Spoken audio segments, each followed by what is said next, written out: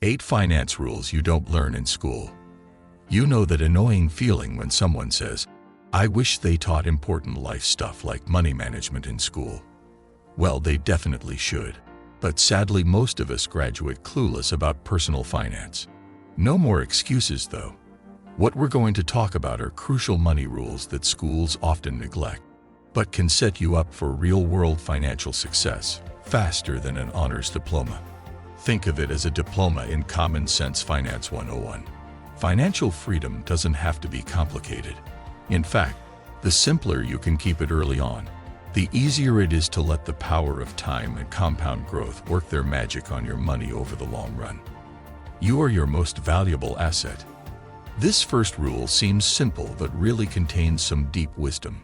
Your career, knowledge, skills, and ability to earn money are truly your most valuable assets in life. We all start off knowing basically nothing as little babies. Then hopefully your parents teach you some good life lessons, and you go to school and study hard. But so much of real-world success comes down to mindsets. Having grit, motivation, and taking risks to learn new skills. Being willing to take on new challenges at work or in business to increase your income over time. Never stop investing in yourself. Make it a habit to read books, listen to podcasts, and take online courses. Upgrade your skills constantly to stay relevant. Find mentors who are where you want to be one day and learn from them. Because in the end, all external things can go away, but your mind and abilities remain yours forever. Spend less than you earn. This rule is Personal Finance 101, but it's crazy how many people fail to follow it. And no, keeping up with your next-door neighbor does not count as a valid reason to overspend. First, take a long, hard look at what's coming in and going out. Actually, log your spending for at least a month using an app or spreadsheet. Getting a clear picture of cash flow in and out is vital. Once you've logged spending, categorize expenses as needs vs wants. Housing, food, and transportation are needs, mostly fixed or essential costs. Wants are things like shoes, handbags, Netflix account, and daily Starbucks. Here's where you have the power to trim expenditure. Analyze wants ruthlessly. Cancel or cut back subscriptions. Eat out less. Unsubscribe from marketing emails luring impulse buys. Small cuts repeated over months or years equals huge savings. Final step. Funnel excess towards important goals that align with your values.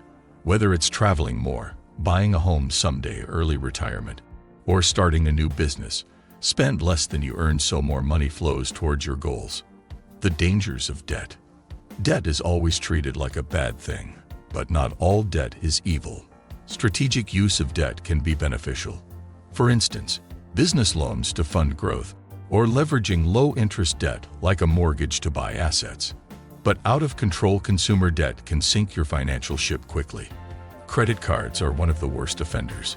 With interest rates that make loan sharks even more wealthy, credit card debt grows exponentially if you only make minimum payments. What starts as a $1,000 balance can end up costing 2 to 3 times more after interest if you drag out the repayment terms. Treat credit cards like debit cards. Don't spend more than you have in the bank. In addition, debt prevents you from saving or investing your money. When you are in debt, all the money you make goes to paying that debt, preventing you from growing that money. If possible, always try to avoid debt. Instead, save up until you have enough money to do what you want. You should start saving for retirement early. You might think retirement is an old person thing that younger people don't need to worry about. But thanks to the magic of compound interest, we'll get to that in a bit. Getting an early start on retirement savings makes a huge difference in the amount of money you end up with down the road. Here's an example. Say you start contributing $300 per month to retirement accounts starting at age 25 through age 65.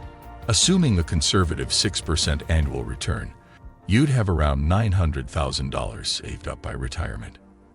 Now consider if you waited till 35 to start saving, but contribute more, $500 per month over your 30-year career at the same return. you'd end up with only around $435,000 by age 65. Less than half as much. This shows the incredible power of compound returns over time, rather than just the amount you can set aside to invest each month. The point is, don't sleep on getting an early start, even if you can only afford to set aside a little bit of money during those early career years. The power of investing. Investing can sound boring and complicated, but it doesn't have to be. Getting your money working hard for you early on is key to building long-term wealth. Most people, especially older people, emphasize saving part of the money you make each month.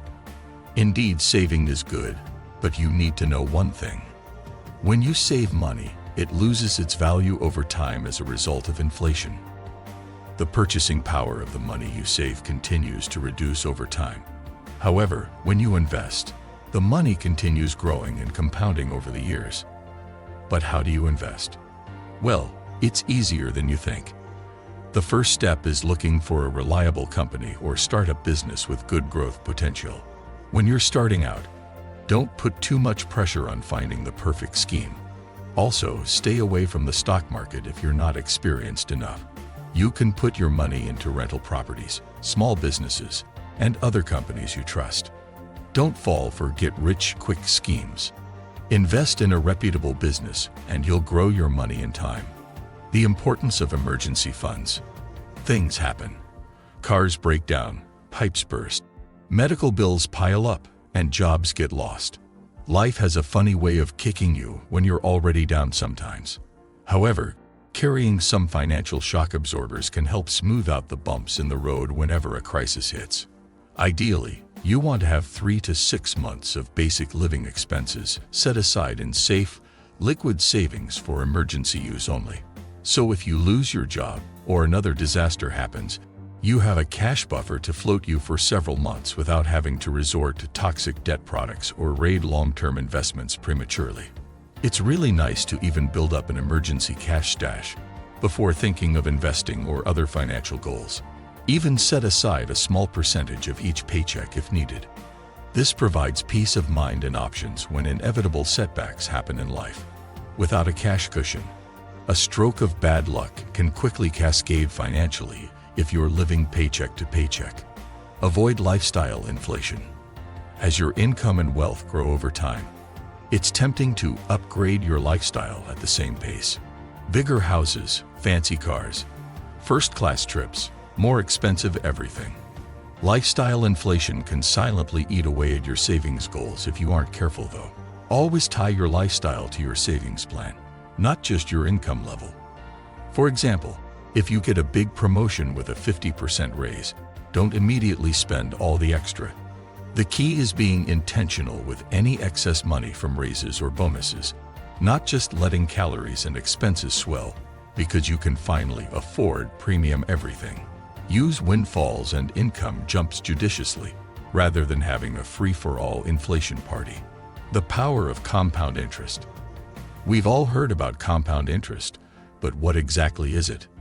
Compound interest is when the money you invest starts to earn returns on itself over time, rolling into exponential growth. $100 becomes $200, becomes $400, becomes $800. For instance, say you could travel back in time and offer a deal to Julius Caesar around 50 BC. You give him 1 penny and tell him if he puts it out at a modest 4% interest annually. In 1950 years, you'll give him whatever money has accumulated. Julius takes you up on it and gets his penny working hard for him over thousands of years at 4% interest. When you transport back to 2024 and tallied up, how much money do you owe Julius for that initial penny? Around $42 billion. The lesson is that compound returns are wildly powerful when given enough time to work. Even a tiny amount with modest growth turns into insane sums over decades. So learn to harness this force early in life. Start investing as soon as possible. Reinvest all returns and let time work wonders on your money. Conclusion. Your financial success depends on you alone, so stick to these rules, and you will build your wealth over time. If you enjoyed the video, subscribe to this, hit that like button, and turn on the notification bell to get notified anytime we post amazing videos like this. See you in the next video.